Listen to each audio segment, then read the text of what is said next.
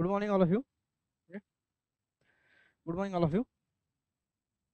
So our that series that is started today next lecture that how to deal with discipline. Okay, so dealing with discipline. जर कोणत्या विद्यार्थ्यांनी काही अमान्य वागणूक वर्गात केली तर त्यासोबत कसं डील करायचं, त्याला पनिश करायचं की नाही.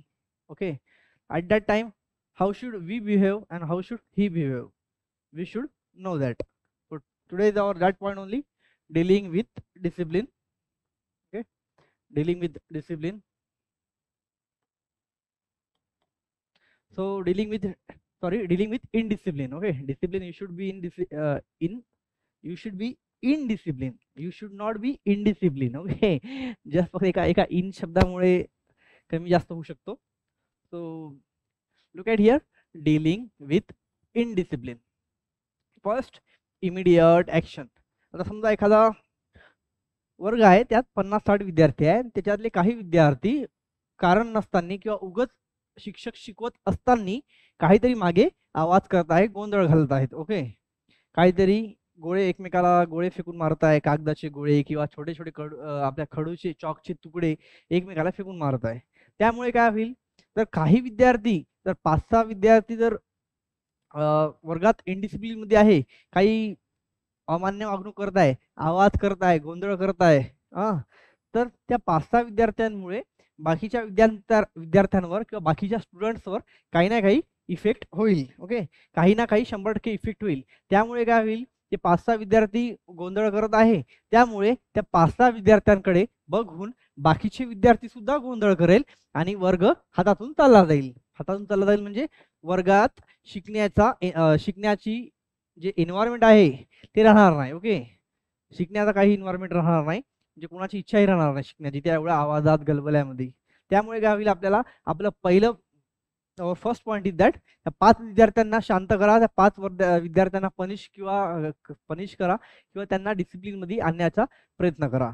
जर ते डिसिप्लिन मध्ये आले तर त्या 5 जणांकडे पाहून बाकीचे विद्यार्थी सुद्धा जागेवर राहतील, काही गोंधळ करतील नाही. तर 5 विद्यार्थ्यांना जर आपण त्या 5 विद्यार्थ्यांना शिक्षा दिली, पनिश केलं, तर बाकीचे विद्यार्थी सुद्धा घाबरतील आणि अशी वागणूक वर्गामध्ये पुन्हा कधीही करणार नाही. त्यामुळे first point is that immediate action. Okay, immediate action घ्या, टाइमपास करू नका. तुम्हाला आता शिकवता वर्गामध्ये एखादा दिसला विद्यार्थी गोंधळ करताना, त्याला लगेच काही ना काही त्याच्यावर ऍक्शन घ्या. त्याला पनिश करा किंवा त्याला बोला किंवा त्याला शांत बसवा, त्याला वर्गाच्या बाहेर काढा, काहीतरी जस्ट फास्ट ऍक्शन घ्या.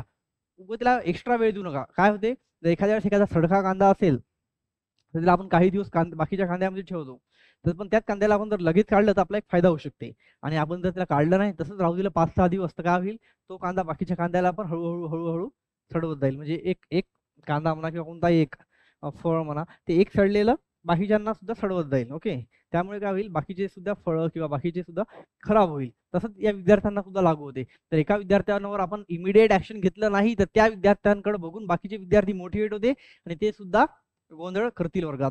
त्यामुळे take the fastest action, take the immediate action on that indiscipline student.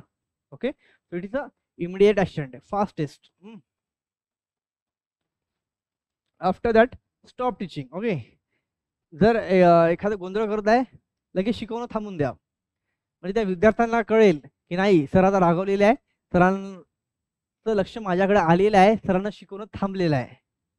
सरांना शिकवत आहो आपण, अचानक एखादा विद्यार्थी काही ना काही गलबला करतो मागून किंवा काहीतरी इनडिसिप्लिन वागणूक करतो. ओके, की जे वर्गात मान्य नाही आहे, लगेच शिकवणं थांबवा आणि शिकवणं थांबून त्याच्यावर इमिडिएट ऍक्शन घ्या, त्याला बोला. Okay, so what second point is stop teaching. Fastest thing is second, stop teaching थांबवा, डायरेक्ट थांबवा, टाइमपास करू नका. Okay, after that change seats. एखाद्या वेळेस काय होतं, काही विद्यार्थी असतात, 4-5 विद्यार्थी. ओके, जस्ट इमॅजिन करा 4 to 5 स्टुडंट्स, 4 ते 5 काही विद्यार्थी असतात. ते काय करतात, एक ग्रुप बनवून, त्यांचा एक ग्रुप असतो, बॅकबेंचरचा ग्रुप. माहिती आहे, बॅकबेंचरचा ग्रुप. ते काय करतात, खूप मस्ती करतात. तर ते काय 4 ते 5 जण मिळून जेव्हा ते ते एक आहे ना, एक आठवणत नाही जब मिल बैठे दो यार पुराने, त्यास काहीतरी आहे, एक आठवत नाही मला. जर हे 4-5 विद्यार्थी जर एकत्र आले तर 100% समजून घ्या हे काही ना काही भयानक गलबला करणार आहे, हे वर्गात कुणालाही ऐकणार नाही.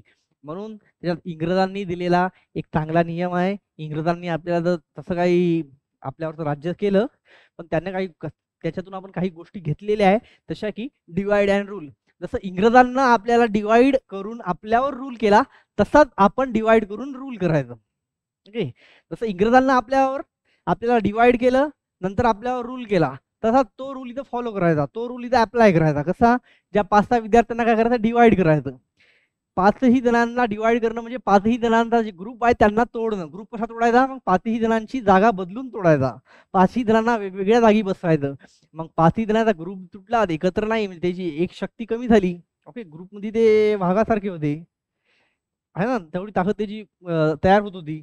पण आता ग्रुपमध्ये नाही आहे, ते एक एकटे आहे. त्याच्यामुळे काय होईल, ते 5 जणी मिळून करू शकणार नाही. एक एकटे शांत बसल्यावर एवढसा एवढसा 12 वर्षी छोटा वाला क्या करने वाला अकेला. ओके. कारण की मग अकेले अकेले क्या करने वाले, तो वेगवेगळे होतील, मग काय मस्ती करणार नाही, शांत बसतील. Okay. Adapt and be sensitive. एखाद्या वेळेस काय होते, आपण एखादी एक ऍक्टिव्हिटी देतो वर्गात शिकवण्यासाठी, एखादी एक ऍक्टिव्हिटी आपण वर्गात करतो. ओके. तर त्याच्यातून जर मग ते काय होते, विद्यार्थी कुठे ना कुठं गोंधळ करत असते. त्याच्यातून आपल्याला समजून घ्यायला पाहिजे की ते विद्यार्थ्यांना ऍक्टिव्हिटी आवडलेली नाही आहे, तर we have to change it. Okay. We have to change it. म्हणजे लगेच ऍक्टिव्हिटी चेंज करा आणि मूव्ह ऑन करा. त्या ऍक्टिव्हिटी टाइमपास करू नका, कारण ती एक तर ऍक्टिव्हिटी विद्यार्थ्यांना आवडलेली पण नाही आहे, आणि ती ऍक्टिव्हिटी विद्यार्थ्यांना येत पण नाही आहे. त्यामुळे विद्यार्थी गोंधळ करतील, गलबला करतील, आवाज करतील, त्यामुळे वर्गाचं वातावरण खराब होईल. वर्गात शिकण्यासारखं वातावरण राहणार नाही. त्यामुळे लगेच चेंज करा, ऍक्टिव्हिटी चेंज करा. ओके. लगेच ऍक्टिव्हिटी चेंज करा. After that council after the class. Council after the class. Okay. एखाद्या वेळेस काय होते, आपल्याला हार्ट टू हार्ट टॉक सुद्धा करावं लागते. म्हणजे एक क्लिअर कन्व्हर्सेशन, एक soft conversation, like our parents, like a friends with the students. Okay. A soft conversation with the student, like a friend, like a parents. Okay. Because they should clear their thoughts. Okay. What is going in their mind, what is going in his brain, you should know that. If you didn't get, as a teacher, if you don't know what is the, in which condition the student is there, okay, from which condition he is coming, त्याच्या आयुष्यात काय म्हणजे आयुष्यात म्हणू शकत नाही आपण. We cannot interfere in someone personal life, but we should help him little, but we can give some little bit energy to him. त्याला थोडं फार सपोर्ट करू शकतो आपण. तर अशा वेळेस एक बऱ्याचदा काय लागते, वर्ग झाल्यावर काही विद्यार्थ्यांना आपण पर्सनली सुद्धा बोलू शकतो. त्यांना विचारू शकतो, तुला काय प्रॉब्लेम आहे, तुला काही झालं का, किंवा माझं शिकवणं तुला समजत नाही का, की तुला माझ्याशी काही प्रॉब्लेम आहे. We can speak him clearly in soft language. Okay. We can, त्यामुळे त्याचे जे काही प्रॉब्लेम्स आहेत, त्यामुळे वर्ग वर्ग संपल्यावर, वर्ग झाल्यावर त्याच्याशी एकांतात बोलून आपण ते सॉल्व्ह करू शकतो. ओके. त्याच्यामुळे त्याला वाटेल की नाही बा, सरांनी मला पर्सनली विचारल्या या गोष्टी, म्हणजे खरंच सर चांगले आहेत. आपण सरांच्या वर्गात उभं गोंधळ केला नाही पाहिजे, सरांच्या वर्गात शांततेत बसलो पाहिजे. तर सरही म्हणजे त्याच कारणामुळे पुढच्या लेक्चर पासून वर्गात शांत बसेल, गलबला गोंधळ काहीही करणार नाही. आणि त्यामुळे फायदा वर्गाला पण होईल, वर्गाच्या बाकीच्या विद्यार्थ्यांना पण होईल, तुम्हाला शिक्षकाला पण होईल, आणि त्याला सुद्धा होईल. कारण की त्याची पर्सनल डेव्हलपमेंट सुद्धा वाढेल. कारण की या कारणामुळे तो काय करेल, वर्गात लक्ष देईल. वर्गात लक्ष देत आहे म्हणजे त्याची पर्सनल डेव्हलपमेंट 100% इन्क्रीज होईल. ओके. आणि talk to parents. Talk to parent, last option. जर काही विद्यार्थी खूपच गोंधळ करत आहेत, ऐकायला तयार नाही, त्यांच्या पॅरेंट्स सोबत चर्चा करा. त्यांच्या पॅरेंट्सला इन्व्हाइट करा स्कूलमध्ये, आणि पॅरेंट्स सोबत चर्चा करा, संवाद साधा. ओके. त्यांच्या पॅरेंट्स सोबत, आई वडिलांसोबत त्यांना बोला की याचा हा प्रॉब्लेम आहे. याच्यामुळे फायदा पण होईल, त्याची जो डेव्हलपमेंट आहे त्याच्या पॅरेंट्सला सुद्धा समजेल की जी विकली डेव्हलपमेंट काय किंवा मंथली डेव्हलपमेंट काय, मंथली प्रोग्रेस का आहे, याला विकली प्रोग्रेस का आहे, प्रोग्रेस होत आहे की नाही होत आहे, हे सुद्धा शिक्षकाला सुद्धा कळेल आणि पॅरेंट्सला सुद्धा कळेल. तोपर्यंत ग्राउंड कंडिशन स्टुडंट्सची, पॅरेंट्सला आणि शिक्षकाला ॲट सेम टाइम समजेल नाही, तोपर्यंत तुम्ही त्याचं कन्क्लुजन करू शकणार नाही की खरंच विद्यार्थ्यांमध्ये प्रोग्रेस होत आहे की विद्यार्थ्यांमध्ये प्रोग्रेस नाही होत आहे. ओके, म्हणजे तुम्हाला समजलं पाहिजे नेमकं की what's going in his mind, whether he is getting progress और either he is not getting progress. You should understand that. जर एखादा विद्यार्थी फक्त वर्गात येत आहे आणि जात आहे, वर्गात येत आहे आणि जात आहे ना, शिक्षकाला शिक्षक फक्त त्याच्याकडे बघत आहे, तो वर्गात आलेला आहे, बसलेला आहे, शिकत आहे, घरी जात आहे, घरच्यांना वाटत आहे की शाळेत खूप काही शिकून आला, पण ना पॅरेंट्सला माहीत ना शिक्षकाला माहीत की त्याचा प्रोग्रेस किती आहे. प्रोग्रेस डायरेक्टली एक युनिट टेस्ट म्हणजे 3 महिन्यानंतर किंवा 2 महिन्यानंतर किंवा 6 महिन्यानंतर जे प्रोग्रेस रिपोर्टवर येईल, पण त्या प्रोग्रेस रिपोर्ट जेव्हा येईल हातात त्यावेळेस खूप वेळ ऑलरेडी चालला जाईल. त्यामुळे जर आपण मंथली किंवा महिन्यातून 2ला म्हणजे हाफ मंथली जर आपण पॅरेंट्सनी जर टीचरसोबत संवाद साधला, ओके, मंथली किंवा हाफ मंथली जर 15-20 दिवसाने आपण जर शिक्षकांसोबत पॅरेंट्सनी संवाद साधला, तर तुम्ही त्याच्या प्रोग्रेसबद्दल डिस्कशन करू शकाल. त्याच्यामुळे शिक्षकांना पण एक आयडिया येईल, पॅरेंट्सना पण एक आयडिया येईल, आणि they can keep their eyes on their child, on their students. Okay, आणि हां, हे होता ना पॉईंट, सॉरी इकडं हा पॉईंट होता तो. ओके, हा पॉईंट होता, टॉक टू देअर पॅरेंट्स. आणि माझी तर अशी इच्छा आहे की तुमच्या सर्व विद्यार्थ्यांना म्हणजे सांगण्याची अशी इच्छा आहे की वर्गात उगा गोंधळ करूच नका, वर्गात गलबला करूच नका. जो शिक्षक शिकवते ते तुमच्या चांगल्यासाठी शिकवतो, जो शिक्षक शिकवतो तुमच्या चांगल्यासाठी शिकवतो. कोणीही टाइमपास करू नका, वर्गात शिकत जा. कारण की जे आपण हे पॉईंट बघितलेले आहे, कुठे गेले, जे काही सर्व पॉईंट बघितलेले आहे आपण, dealing with immediate action, stop teaching, याच्यामुळे तुमचं नुकसान होणार झाले. इतका होईल, इमिडिएट ऍक्शन घेतली, वर्गात काय ना काय टाइमपास होईल. जे 40 मिनिटाचा पिरियड आहे ते 35 मिनिटावर येईल, 5 मिनिटं तुमच्यासोबत बोलण्यात जाईल शिक्षकाचे. पुन्हा स्टॉप टीचिंग, टीचिंग थांबवली, तेवढं 5-10 मिनिट पुन्हा टाइमपास झाला. Next, changes seats. एखाद्या वेळेस काय होते, आपण आपल्या बेस्ट फ्रेंड सोबत बसतो, अशा वेळेस एक शिक्षकानं सांगताना एखादा जर पॉईंट आपल्याला समजला आणि तर आपण आपल्या बेस्ट फ्रेंडना विचारतो, तो चांगल्या पद्धतीने सांगू शकतो. कारण की जो आपला बेस्ट फ्रेंड आपल्याला समजून सांगू शकतो ते कोणी सांगू शकत नाही. Adapt and be sensitive. Counsel after the class, talk to parents. प्रत्येक गोष्टी तुमचं म्हणजे नुकसान, जर तुम्ही अशी वागणूक केली की त्याच्यामुळे हे ऍक्शन घेण्याची वेळ आली, तर 100% तुमचं नुकसान होणार आहे. कारण म्हणून म्हणतो, please please please be in discipline. Okay, not be in discipline, be in the discipline. Okay, what I am saying, be in the discipline. म्हणून म्हणतो, अभ्यास करा, टाइमपास करू नका. कारण तुमचं आता वय आहे अभ्यासाचं, काही वर्षांतर तुम्हाला पैसे कमवण्याचं वय येईल, त्यावेळेस तुमचं जगणं मुश्किल होईल. क्योंकि बेरोजगार लड़का और बूढ़े माँ बाप जमाने के लिए किसी तमाशे से कम नहीं.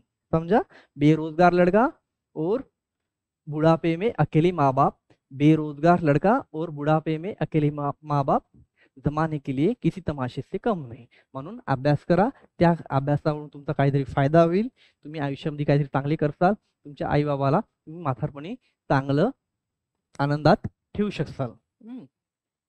याच्यानंतर teaching aids, that's the visual aids, sorry teaching aids. Okay, तर टीचिंग एड्स म्हणजे नेमकं काय. जो शिक्षक शिकवत आहे, शिक्षक शिकवताना बऱ्याच गोष्टींचा वापर करतो, बरीच गोष्टींचा वापर करतो. आता मी शिकवत आहे, मी तर पेनचा वापर करतो, स्क्रीनचा वापर करतो, अजून माईकचा वापर करतो, अशा बऱ्याच गोष्टींचा वापर करतो मी. तर या गोष्टींमुळे मला काय होईल, तुम्हाला शिकवण्यासाठी मदत होईल, मी तुम्हाला चांगल्या पद्धतीने शिकवू शकतो. त्याला आपण टीचिंग एड्स म्हणतो. म्हणजे विद्यार्थ्यांना शिकवण्यासाठी शिक्षक जे गोष्टी वापरतो, विद्यार्थ्यांना शिकवण्यासाठी, त्याच गोष्टींना आपण टीचिंग एड्स म्हणू शकतो. Look at here, teaching aids, त्याच गोष्टींना आपण टीचिंग एड्स म्हणू शकतो. शिक्षक शिकवताना, विद्यार्थ्यांना शिकवताना शिक्षक जे वस्तू आपण वापरतो त्याच वस्तूंना आपण टीचिंग एड्स म्हणतो. त्यात 2-3 प्रकार आहे. पहिला की व्हिज्युअल एड्स, अशा वस्तू, ओके, अशा वस्तू की ज्या वस्तूंना आपण बघू शकतो, अशा वस्तू की ज्या वस्तूंना तुम्ही बघू शकाल. द सेन्स ऑफ लुकिंग और सीइंग, त्याला आपण बघू शकतो. व्हिज्युअल एड्स म्हणजे बघू शकतो, जसं की ऍक्च्युअल ऑब्जेक्ट. आता ऍक्च्युअल ऑब्जेक्ट पेन आहे, ऍक्च्युअल ऑब्जेक्ट आहे इथं. एखादं मॉडेल बनवलं, picture, chart, maps, flash cards, flannel board, bulletin board, chalk board, white board, projection, slide, etcetera. Simple आणि सोप्या भाषेत सांगतो, ज्या वस्तू तुम्ही उघड्या डोळ्याने बघू शकता. ओके, काही काही लेजंड्स असतात की त्यांना बंद डोळ्याने सुद्धा दिसते. तर ज्या ज्या वस्तू तुम्हाला उघड्या डोळ्याने दिसते त्याच वस्तूंना तुम्ही व्हिज्युअल एड्स म्हणू शकता. पण ते वस्तू शिक्षकांनी तुम्हाला शिकवण्यासाठी कधी ना कधी वापरल्या पाहिजे, म्हणजे ज्या गोष्टी शिक्षकाला कामी येते शिकवण्यासाठी. अशा बऱ्याच गोष्टी आहे की ते आता मला कामी येईल तुम्हाला शिकवण्यासाठी. मी तुम्हाला चांगल्या पद्धतीने एक्सप्लेन करून शिकवू शकतो त्या वस्तूंमुळे. त्यालाच आपण व्हिज्युअल एड्स म्हणतो. त्याचा एक पॉईंट काय की ते वस्तू आपण डोळ्याने पाहू शकतो. व्हिज्युअल फक्त डोळ्याने पाहू शकतो. No sound. Okay, no sound. Okay, इथे साऊंड राहणार नाही. नो साऊंड, फक्त व्हिज्युअल फक्त आपण तिला पाहू शकतो. आवाजाचा इथं उल्लेख नाही आलेला आहे आणि आवाजाचा उल्लेख नसणार पण इथं. ओके, इथं आवाज नसणार. No sound. मी पुन्हा इथं लिहित आहो no sound. No sound, there will be no sound here. तर आवाज नसणार इथं, फक्त व्हिज्युअल राहील. फक्त आपण डोळ्याने पाहू शकाल.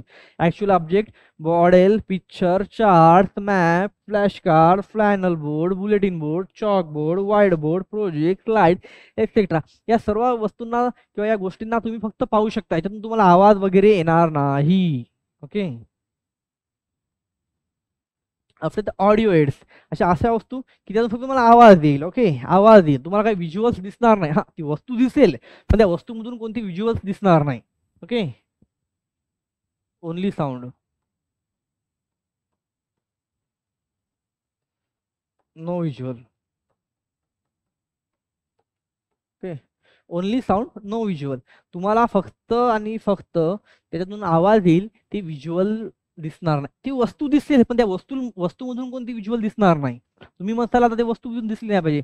अरे भाऊ, ते एखादी वस्तू आहे, वस्तू तर दिसेलच ना तुम्हाला डोळ्याने. आता अरे एखादी गोष्ट तयार केलेली आहे. आता तुम्ही गाणी लावता याच्यामध्ये, स्पीकरमध्ये, स्पीकर दिसणार तर झाला ना, पण स्पीकर मधून कोणती व्हिज्युअल दिसत नाही आहे तुम्हाला.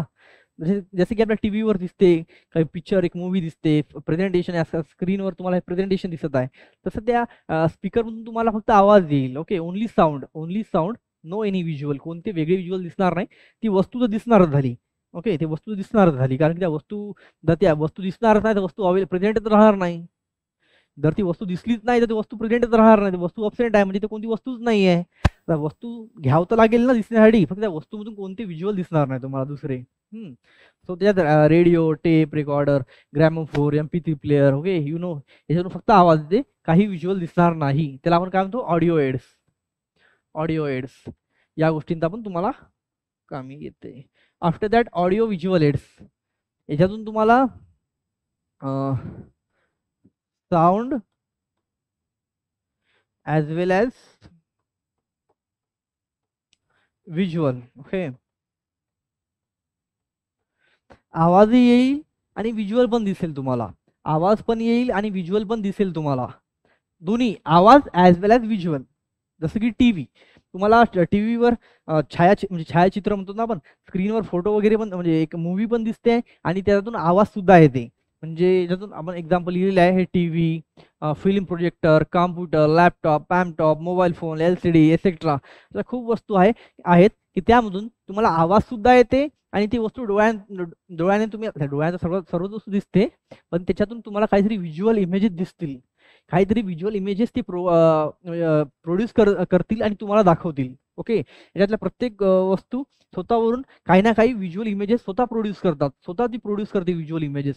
त्यामुळे ते व्हिज्युअल इमेजेस तुम्हाला दिसतील पण आणि काही ना काही त्यातून आवाज पण येईल. इथे लिहिलेलं आहे मी, sound as well as visual images. Okay, so याला म्हणतो आपण ऑडिओ व्हिज्युअल एड्स. लक्षात ठेवा, पुन्हा एकदा लक्षात ठेवा. व्हिज्युअल एड्स मध्ये आवाज येणार नाही. जो फक्त आणि फक्त व्हिज्युअल एड्स असतो ना, त्यात आवाज येणार नाही. फक्त तुम्ही त्याला डोळ्याने बघू शकाल. फक्त आणि फक्त तुम्ही त्याला डोळ्याने बघू शकाल. त्याला म्हणतो आपण visual aids. There is no sound, sound is absent, only visuals. No sound, only visuals. Only visual. Okay, only visuals. Okay, ते गोल गोल केलं बघून घ्या. Only visuals, no sound. त्याला आपण काय म्हणतो, व्हिज्युअल एड्स. फक्त ते दिसतील आपल्याला त्या गोष्टी दाखवून आपल्याला काही ना काही शिकायला भेटेल. त्या वस्तू दाखवूनच काही ना काही आपल्याला शिकण्यात मदत होईल. After that audio aids, only sound no visuals. ते आवाज ऐकून काही ना काही आपल्याला फायदा होईल. जे काही ते ऑडिओ साऊंड देईल त्याचा आपला काही नक्की फायदा होईल. Only sound no visuals. After that at last audio visual aids. Audio visual aids. Okay, audio visual aids. आवाज पण येईल, व्हिज्युअल्स पण दिसतील, काय मीन्स फोटो, स्क्रीन, काहीतरी दिसतील तुम्हाला त्यातून, ते काहीतरी व्हिज्युअल प्रेझेंट करतील. ओके, त्यात आले TV, film projector, computer, laptop, palmtop, mobile phone, LCD etcetera. तर तुम्हाला पॉईंट समजला असेल, sound as well as visual. Sound पण येईल, आवाज पण येईल, व्हिज्युअल पण दिसतील, दोन्ही पॉईंट. ओके, साऊंड पण येईल, व्हिज्युअल पण दिसतील. त्याच्यात प्रश्न काय, teacher uses teaching aids for, कशासाठी वापरतो? मेकिंग टीचिंग इंटरेस्टिंग, टीचिंगला इंटरेस्टिंग करण्यासाठी, किंवा making teaching within understanding level of student, विद्यार्थ्यांना समजलं पाहिजे म्हणून तो टीचिंग एड्सचा वापर. टीचिंग एड्स म्हणजे काय, विद्यार्थ्यांना शिकवताना, शिक्षक जेव्हा विद्यार्थ्यांना शिकवतो तो काही ना काही वस्तूंचा वापर करतो, त्या वस्तूंनाच आपण टीचिंग एड्स म्हणतो. आणि त्या वस्तूंचा मेन हेतू काय असतो की त्या वस्तूंमुळे विद्यार्थ्यांना शिकण्यासाठी सोपं होईल. ओके, म्हणजे समजण्यासाठी, एखादा मुद्दा समजून घेण्यासाठी सोपं जाईल आणि शिक्षकाला शिकवण्यासाठी सोपं जाईल. दोन्ही पॉईंट इथं वापरल्या जाईल. शिक्षकाला शिकवण्यासाठी सोपं जाईल आणि विद्यार्थ्याला समजण्यासाठी सोपं जाईल.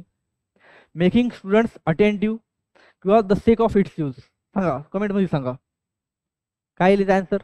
मी तर उत्तर तसं सांगून दिलं, फक्त क्लिक केलं नाही तर मी तुम्हाला उत्तर आता बोलता बोलता सांगून दिलं मी. काय तर making teaching within the understanding level of students.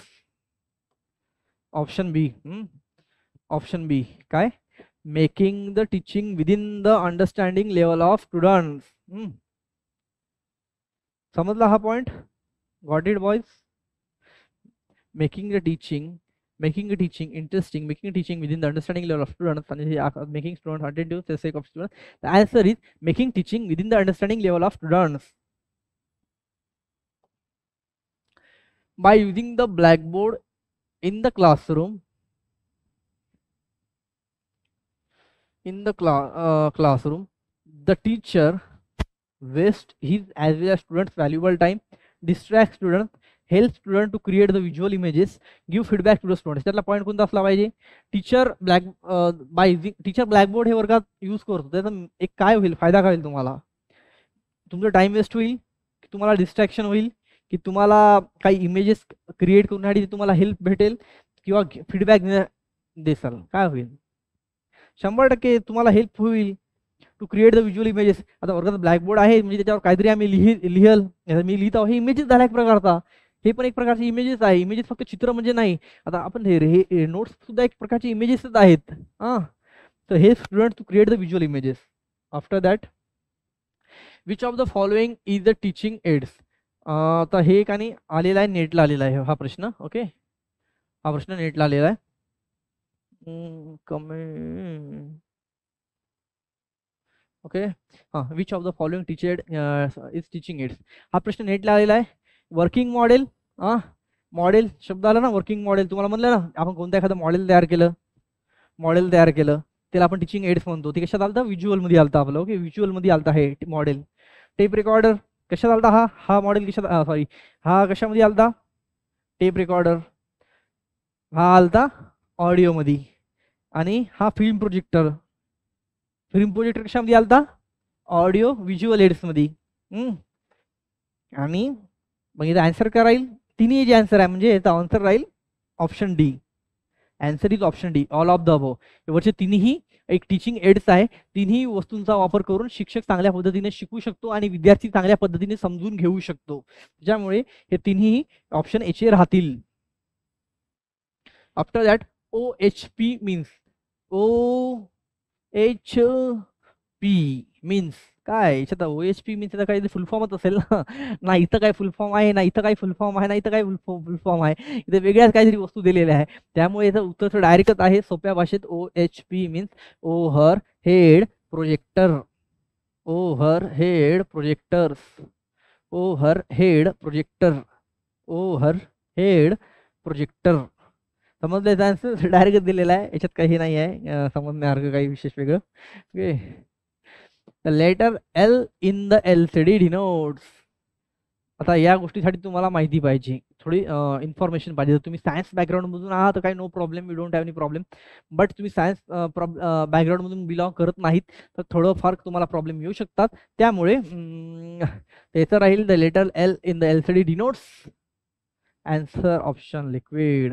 Okay, liquid. त्यामुळे तुम्हाला मी LCDचा फुल फॉर्म लिहून देतो, तुम्ही लिहून घ्या.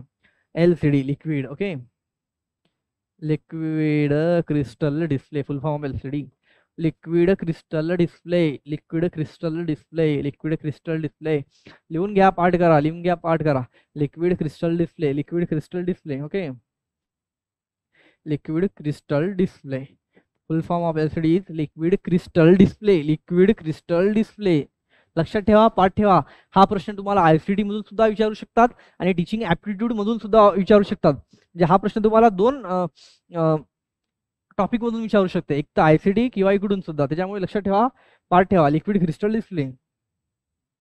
After that LCD projector may be audio presentation.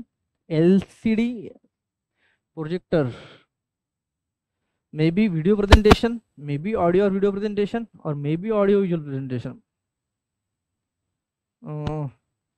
So maybe option same झाला, तर must be असेल. Okay,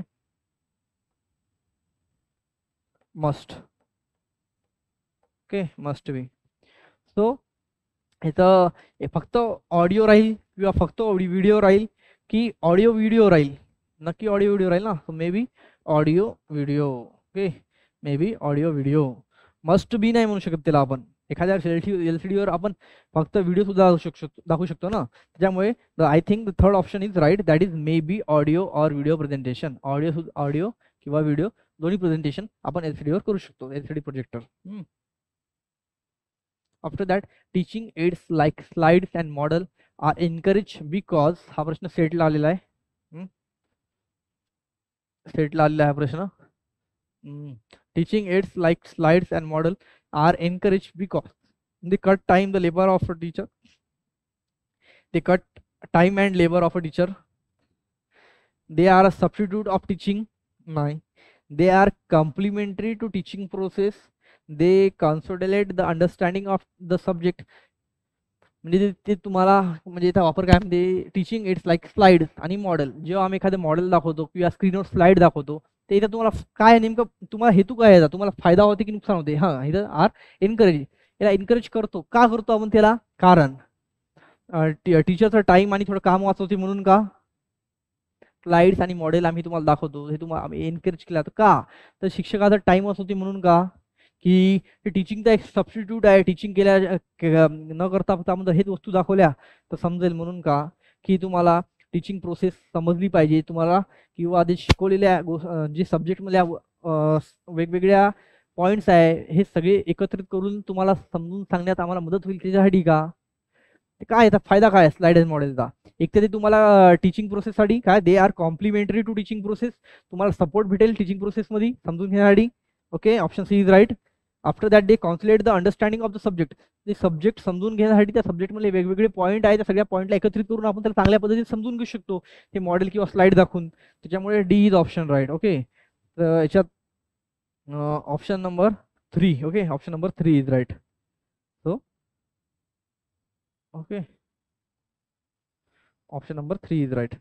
C and D, C and D. हां, एक तर टीचिंग प्रोसेसला ते कॉम्प्लिमेंटरी आहे आणि वरून टीचिंग त्या सब्जेक्टला समजून घेण्यासाठी आपल्याला मदत होईल त्या स्लाइड्समुळे किंवा मॉडेलमुळे. हां, so after that next find odd man out. Television, tape recorder, film projector, computer. Okay, तो हे सर्व ऑडिओ व्हिज्युअल आहे. ओके, हे AV audio visual, audio visual, audio visual. फक्त टेप रेकॉर्डर हे काय आहे? ऑडिओ, फक्त ऑडिओ. ओके, आणि हे तीन उरलेले तिन्ही ऑडिओ व्हिज्युअल एड्स आहे. टेलिव्हिजन, टीव्ही, फिल्म प्रोजेक्टर किंवा कॉम्प्युटर हे तिन्ही ऑडिओ व्हिज्युअल आहे. म्हणजे आवाज पण येतो आणि चित्र पण दिसतो. त्याच्यामुळे हे तिन्ही ऑडिओ व्हिडिओ आहे. हे फक्त ऑडिओ आहे टेप रेकॉर्डर. त्यामुळे the answer is option B. Option B, tape recorder. I will circle here. Okay, answer is tape recorder. Answer is tape recorder. After that, find out man out. Gramophone, MP3 player, tape recorder, laptop. याच्यातलं काय राहील? Gramophone की MP3 player किंवा tape recorder की laptop. आता तुम्ही बघसाल तर वरचे तिन्ही ऑडिओवाले आहेत. तिन्ही काय ऑडिओवाले ॲड आहे, ऑडिओ एड्स. हे काय आहे? Audio visual aid. Laptop is audio visual aids. त्याच्यामुळे answer is laptop, option D. Option D. Answer is option D. कारण की ऑडिओ व्हिज्युअल आहे, टेप रेकॉर्डर किंवा MP3 प्लेअर किंवा ग्रॅमोफोन हे तिन्ही फक्त ऑडिओ एड्स आहे, फक्त ऑडिओ एड्स. तुम्ही बघू शकता इकडं आपण दाखवले होते. हां, हे gramophone, MP3 player, tape recorder.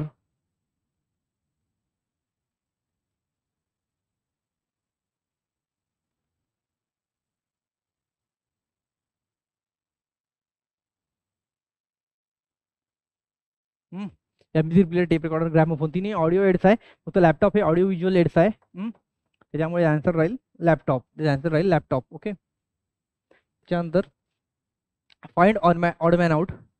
Blackboard, actual object, slide projector किंवा टेलिव्हिजन हे सांगा आता. It's your turn. Okay. Blackboard राहील की एखादं ॲक्च्युअल ऑब्जेक्ट राहील किंवा स्लाइड प्रोजेक्टर राहील किंवा टेलिव्हिजन राहील.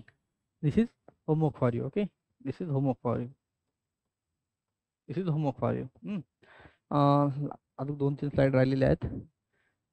The aids which involves the sense of vision, म्हणजे त्याला आपण पाहू शकतो, and as well as hearing. Sense of vision and sense of hearing. Vision and hearing. Okay. Means vision म्हणजे ऑडिओ, हिअरिंग सॉरी विजन म्हणजे video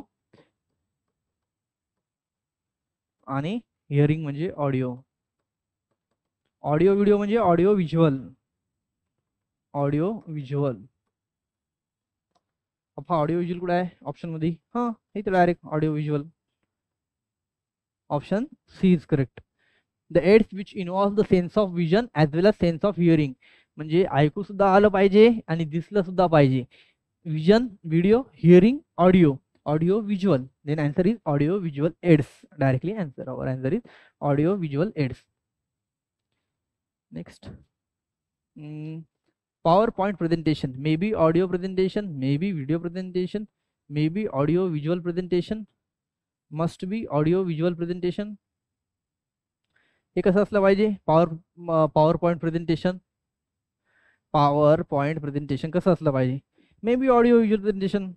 फक्त audio तर राहणार नाही, मे बी व्हिडिओ पण राहणार नाही. PowerPoint प्रेझेंटेशन मध्ये, PowerPoint प्रेझेंटेशन मध्ये व्हिडिओ पण असला पाहिजे आणि ऑडिओ पण असला पाहिजे, दोन्ही असलं पाहिजे. Okay. So may be audio visual presentation. After that, the next is okay. Just to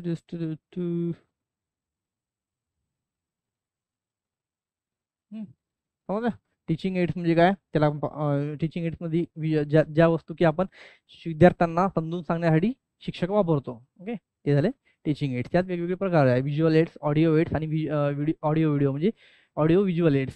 visual aids आपण बघितले की त्याला आपण पाहू शकतो.